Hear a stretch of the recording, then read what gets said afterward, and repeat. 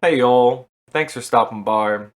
So, God of War Ragnarok's been out for a little bit now, and the reviews I've seen seem mostly positive.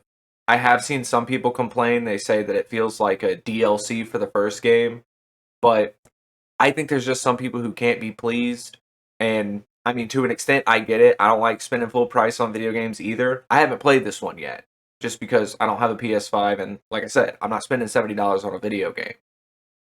But from the gameplay footage that I've seen, it looks really well done. The frosted over world design looks great, and your little sled traversal system instead of the boat from the 2018 game, I like that. It fits the world really well.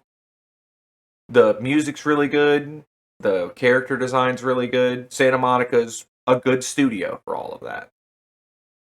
But one of the complaints that I've been seeing about Ragnarok, it feels unfounded. Like it to me, I read this stuff and it makes me feel like you just didn't play any of the series.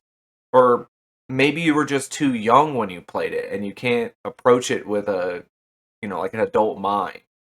But, like the thumbnail said and like the title said, Kratos has feelings now in this new God of War Ragnarok. The game used to be about just showing titties because you can and over the top action, but now Kratos has feelings, so it's not a series worth playing anymore.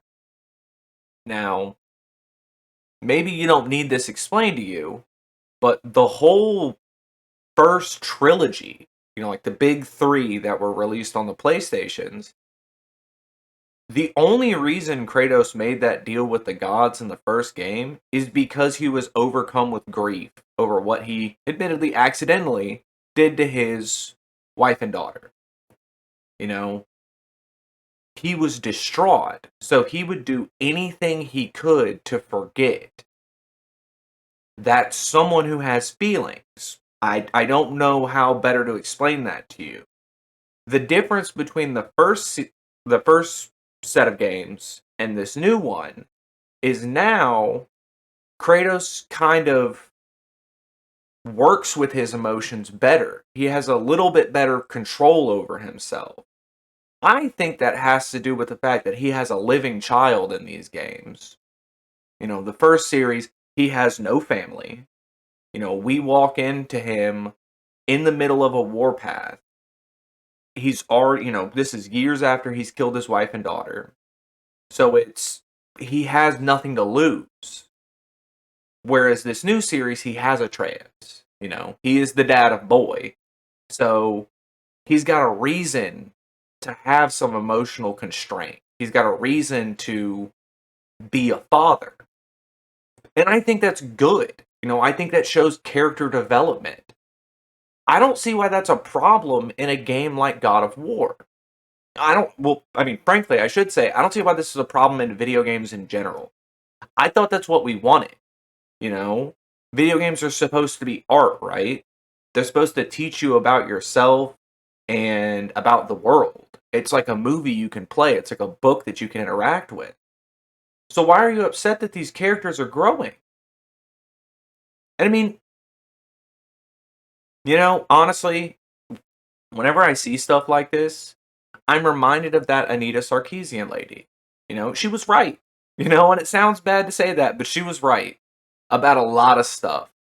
And this in particular, where the average gamer just they have this issue with processing complex emotions in games.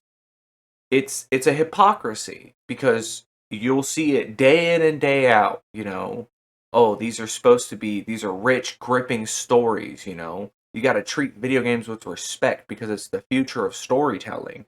But the moment you get into some complex storytelling, oh, it's a problem. Oh, this isn't worth playing anymore.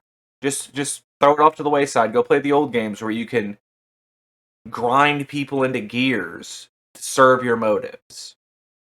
Which admittedly, I get it. It looks really cool. And if you just want action romps, I don't blame you for that. Have some escapism.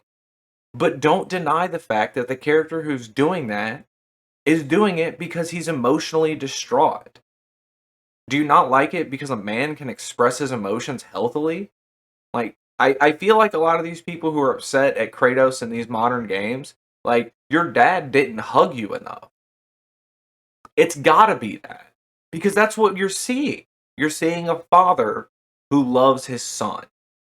And yeah, he's a rough guy. He's a Spartan general. He's not gonna be this lovey-dovey dad, but he's learning. We're watching his character develop. And I'm all for it. I can't wait for the next game in the series. I love the direction that Kratos is going in. And I hope you do too. And if you didn't and you watch this video, hopefully it changes your mind a little bit. And if you want to argue with me about it because you think Kratos should just go around breaking backs and, doing the little circle stick games so you can get experience from your two whores on the boat, sure, argue with me if you feel like, but I like the idea of a man that can grow and express his emotions healthily. You should too. But I guess until the next time, don't try to have a good day.